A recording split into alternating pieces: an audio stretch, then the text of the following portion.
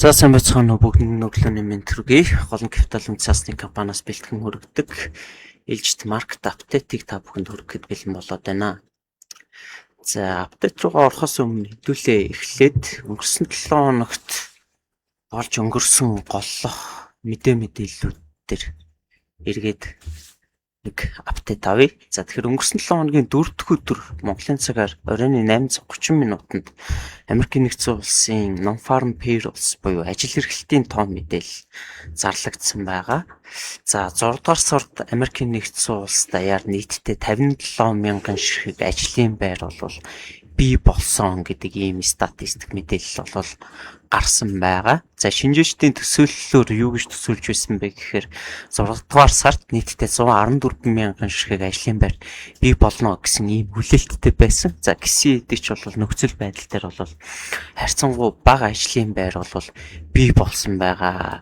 За үүнээс шалтгаалan за энэхүү тоо мэдээлэлээс шалтгаалan за 4 дахь өдөр за 1 дахь өдрийн арилжааны нээлт за 5 дахь өдөр одоо Монголын цагаар өглөө явжсэн. За Америкийн цагаар бол overnight-ийн арилжаанууд. За ер нь бол маш томоохон хөдөлгөөнүүдийг бол үзүүлсэн байгаа. За хамгийн гол шалтгаан гэх юм бол ажил эрхлэлтийн тоо мэдээлэл хангалтгүй гарснаар эдийн засаг бол төдийлөн томоохон халдтай биш байна. Төдийлөн томоохон өсөлтийг бол үзүүлэхгүй байна гэдэг ийм хүлээлт бол орж ирсэн. За үүнээс үндэслэн холбооны нөөцийн банк эрх хурлуудаар бол бодлогын хөг өсгөхгүй байх ийм суурь нөхцөл бол бүрдэж ирж байгаа. За үүнтэй холбоотойгоор бол CME Group-ийн FedWatch Tools дээрх за холбооны нөөцийн банкны бодлогын хүүгийн төсөөлөл бол харьцангуй буурж орж ирж байгаа. За өнгөрсөн 7 хоногт бол нэг бодлогын хөг одоогийн түвшин дээр үлдээнэ гэдэг магадлал 70% байсан бол энэхүү магадлал бол одоогийн байдлаар 78% буюу өссөн дүр зурагтай бол орж ирж байгаа. За 7 дугаар сарын 29-нд бол дараачийн бодлогын үгийн уулзалт болон за энэхүү хурал дээр ер нь дийлэнх за шинжээчтэй арилжааданд оролцогч нар хөрөнгө оруулагч нар за зах зээл юу гэж хүлээж авч байна вэ гэхээр бодлогын үг бол ямар ч байсан энэ удаагийн уулзалт дээр бол өсөхгүй юм байна гэдэг ийм хүлээлт бол давмгай байна. За үүнээс шалтгаалan $10 ханш за яг тухайн өдөр NFP зарлагдсан өдөр бол ханш маш хүчтэй бол унж орж ирсэн. За ингээд одоогийн байдлаар бол уналтын дараа харьцангуй идэвхгүй ийм арилжаа бол хийгдэж байгаа нь бол анзаарагдаж байна. За яг тухайн үед нөхцөл байдал ямар байсан бэ гэхээр $10 индекс төр бол за flag pattern одоо задрах ийм шинж тэмдэг бол илрээд байсан. За ингээд бол уналт орж ирээд за ингээд хэмжээцийн гүйцэлт бол нэлээд доор бол авч орж ирсэн. За ингээд бол идэвхгүй чиглэлийн арилжаа бол одоо бол үргэлжилж байна.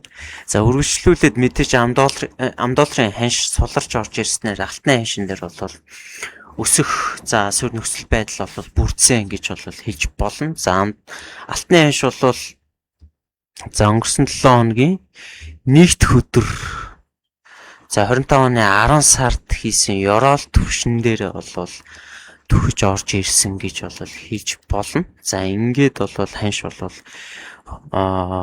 2 за 3 өдрүүдэд бол өссөн дүр зурагтай. За ингээд өглөөний байдлаар бол бага зэргийн уналттай буюу тэг 100-ны 2% уналттайгаар бол нэгдэж байна. За энэ үед ямар нөхцөл байдал үүссэн бэ гэхээр за ханшийн үед бол low хийгээд бол явж исэн. За гэтэл бол momentum индикатор дээр бол divergence үүссэн ийм нөхцөл байдалтай буюу ханшийн уналтыг бол momentum дэмжээгүй. За ингээд бол тийшээ бол ханш явсан. Одоогийн түвшин дээр бол ханшийн хяналтын бүсдэр буюу POC дээр 4200-ийн түвшинд бол ханш арилжаалагдаж байна. За энэхүү түвшин нь бол юуг илтгэж байгаа вэ гэхээр хувьцааны алтын ханшин дээр авах зарах захиалгын хилцэл хамгийн их биелэгдсэн түвшин буюу за эсэргүүцэл дэмжлэгийн бүс байх боломжтой ийм түвшин дээр бол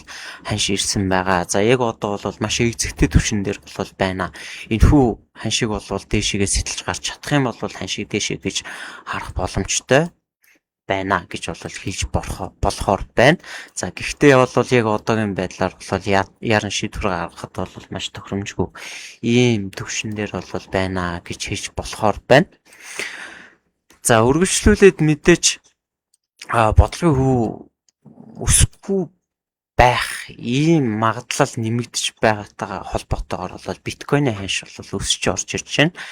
За 6 сарын 25-ны өдөр бол биткойны ханш бол ёроолоо хийсэн тийм. За үүний дараачаар бол 7 сарын 1-ний өдөр бол lower low хийж бол орж ирсэн. За ингээд маркет дээр бол идэхгүй чиглэлийн арилжаа бол хөндлөн чиглэлийн арилжаа бол үргэлжилж байсан. За ингээд за яг NFP зарлагдсанаар бол дээшээгээ задраад ингээд биткойны ханш бол харьцангуй өсөлттэй бол арилжаалагдсан хэвээрээ байна.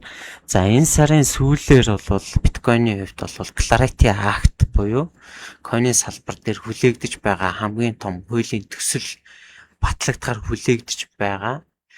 За энэ хуулийн төсөл батлагдах хэсэг. За мөн дээрээс нь 7 сар сенатаар энэхүү хуулийн төсөл орох хэсэг талаар магадлал бол нэг 70% тай байгаа гэж бол хэлж болно. За тэгэхээр хэрвээ магадгүй 7 сарын сүүлээр за энэхүү хуулийн төслийн санал хураалт хийгдээд за Clarity Act батлагдана гэж үзэх юм бол койны ханш бол бас нэлийн дээш таргатуудыг бол тавих боломжтой байгаа гэж хэлж болохоор байгаа. За үргэлжлүүлээд S&P 500 индексийн хувьд бол ямар нөхцөл байдал үүсэт байгаа вэ гэхээр 6 сарын 1-ний өдрөөс хойш S&P 500 индекс дээр за symmetrical triangle буюу одоо уралчин паттерны бас нэг хэлбэр бол харагдаж байгаа. За энэ дэр бол бас pennant гэж нэрлэгдэж байгаа тийм. Энэхүү хоёр орой, хоёр ёроол гэсэн ийм арилжаа бол ажиглагдаж байгаа. За яг одоогийн байдлаар өглөөний ханш 118.8%-аар бол унж нэгдэж байна. Яг уралчин паттерныхаа оройн талын эсэргүүцлийн бүсдэр бол ханш хадгалагдсан хэвээрээ байна. За энэхүү бүсийг бол сэлээгүй байгаа тохиолдолд бол дээшээ тарихтыг бол харахад хүндрэлтэй. За одоогийн байдлаар бол ханш бас мөн ялгаагүй алтны ханштай адилхан бас нэлээд одоо юм экзэгтэй ийм төвшин дээр бол байна. Тэгэхээр бас S&P 500 индексийг бол дагж худалдаа авалт хийдэг, option trader хийдэг, за leverage ETF арилжаа нээдэг хүмүүстэр бол бас одоо шийдвэр гаргахад бас төдийлөн оновчтой юм цэг биш байна гэж бол хэлж болохоор байна. За үргэлжлүүлээд амралтын өдөр за бүтэнсийн өдөр OPEC Plus-ын ээлжид хурал онлайнаар боллоо. За энэхүү хурлаар ямар шийдвэр гарсан бэ гэхээр 8 дугаар сард газрын тосны нийлүүлэлтийг өдөрт 188 мянган баррелаар нэмэгдүүлэх шийдвэрийг бол гаргасан байна. За ингээд OPEC Plus 188 мянган баррелаар газрын тосны нийлүүлэлтийг нэмэгдүүлснээр дай эхэлснээс хойш нийтдээ за нэмэгдүүлж байгаа хэмжээ квотын хэмжээ бол 940 мянган баррелийн түвшинд бол ирж байна. За тэгэхээр бараг 1 сая баррелаар бол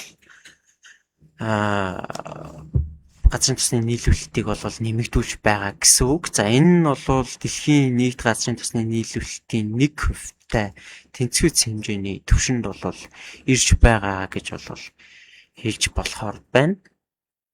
За OPEC Plus-ын хувьд OPEC-ийн хувьд бол за бас дотроо бас нэлээд хагаралтай байгаа. Энийг бас та бүхэн сайн мэдж байгаа.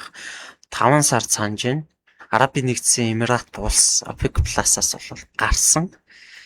За гарсан хамгийн том шалтгаан гэх юм бол OPEC-ийн хувьд бол нийлэлтийг нэмэгдүүлэхтэй холбоотой квотыг өгөхгүй байна гэдэг ийм шалтгаанаар бол гараад байсан. За ингээд бол тухайн үед нийтдээ 344 сая баррелыг өдөр тунжаар нийлүүлдэг байсан энэ улсын нийлүүлэлт гарснаар бол 3.7 сая баррел болж бол нэмэгдсэн байгаа. За мөн дээрээс нь Ирак улс OPEC-с гарахтай холбоотой яриа бол одоо эд өрнөд явж байна. За Иракийн хувьд бол OPEC-ийн нийт нийлүүлэлтийн нэг 4 сая баррел гэдэг чи одоо нэг 15 гаруй хувийг нь бол дангаараа нийлүүлдэг юм улс. За ингээд хэрвээ ОПЕК-ийн зүгээс Иракт бол газрын тосны нийлэлтийг нэмэгдүүлэхтэй холбоотой квотыг нэмж өгөхгүй бол 8 дугаар сард муу ялгаагүй ОПЕК-с гарна гэдэг ийм яриаг бол хийгээд байгаа. Энэ ч утгаараа магадгүй эдгээр улс орнууд бол гарснараа бол газрын тосны нийлүүлэлт бол үргэлжлээд нэмэгдэх ийм нөхцөл байдал бас үүсэх боломжтой байна. За үүнтэй холбоотойгоор бол газрын тосны ханшин дээр бол бас томоохон уналтууд бол орж ирж байна. Тэгээ өглөөний байдлаар бол газрын тосны ханш WTI газрын тосны ханш вэ?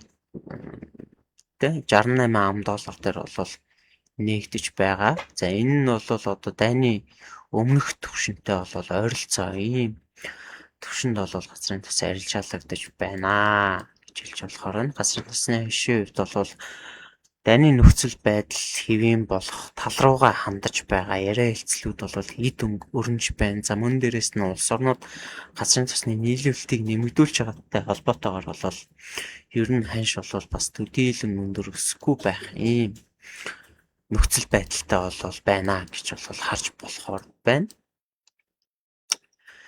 За үргэлжлүүлээд SpaceX-ийн хувьд бол өглөөний байдлаар overnight-ийн ханш бол $160-177 дээр бол арилжаалагдаж байна. За энэ нь бол өнгөрсөн IPO хийсэн түвшнээс бол 17 IPO-ны 2 дахь арилжаа нэгдсэн ханш болох $150-аас бол $10 өндөр ийм түвшинд бол арилжаалагдаж байна. За 2 дахь арилжааны түвшинд бол өмнө 1-2 удаа бол ханш унж орж ирсэн. $150 дээр бол 2 ч удаа орж ирсэн. За ингээд бол буцаад ханш бол дээш өссөн нөхцөл байдалтай бол байгаа. За SpaceX дээр хүлээгдэж байгаа хамгийн том хүчин зүйл нь юу гэх юм бол өмнө хэлж байсанчлан маргааш 7 сарын 7-ны өдөр за SpaceX Nasdaq 100 индекст бүртгэгдэхэр болж байгаа. Тэгээ энэ нь бол мэдээж бол ханшийг дэмжихүйц маш том чухал мэдээлэл гэж бол хэлж болно. За яг 7 сарын 7-ны өдөр бол Nasdaq 100 индексийн бүрэлдэхүүнд орохтой холбоотой. За Nasdaq-ын зүгээс бол мэдэгдээд байгаа. За энэхүү индекстэй бол бүртгэгдснээр бол нийтдээ тухайн индексийг дагсан ETF-үүдэд хөрөнгө оруулдаг, пассив байдлаар хөрөнгө оруулдаг томоохон сангууд байгаа. Тэгээ энэ бол нийтдээ сангууд нь бол Nasdaq 100 индекст бол $800 тэрбум бол удирдах гэсэн ийм тоо байна. За гэхдээ SpaceX 1%-аас бага жинтэйгээр бол орж байгаа. Гэхдээ free float-ийн түвшин бол 5%-аас бага учраас бол ханшид бол мэдэгдэхүйц дэмжлэг бол орж ирэх болов гэсэн хүлээлт бол шинжээчдийн дунд бол байгаа. Тэгээ энэ ч утгаараа бол SpaceX одоо Nasdaq 100-д орж ирснээр бол бас тэгээ ялангуяа манай харилцагчдын хувьд бол SpaceX-ийн IPO-д бол бас нэлээд өндөр түнтэйгээр бол орсон. Тэгэхээр ямар ч байсан эх 7 хоногийн энэ 7 хоногийн арилжааны идэвхийг бол харсны дараагаар одоо гарах эсвэл бол нэмэлтээр худалдаж авах гэсэн ийм шийдвэрүүдийг бол гаргасан зөв болов уу гэж бол миний зүгээс үзэж байна. За ингээд өнөөдрийнхөө маркет апдейтыг энд хүргээд өндөрлөе. Бүгдээрээ дараагийнхаа маркет апдейтаар эргээд уулзцгаая. Баярлалаа.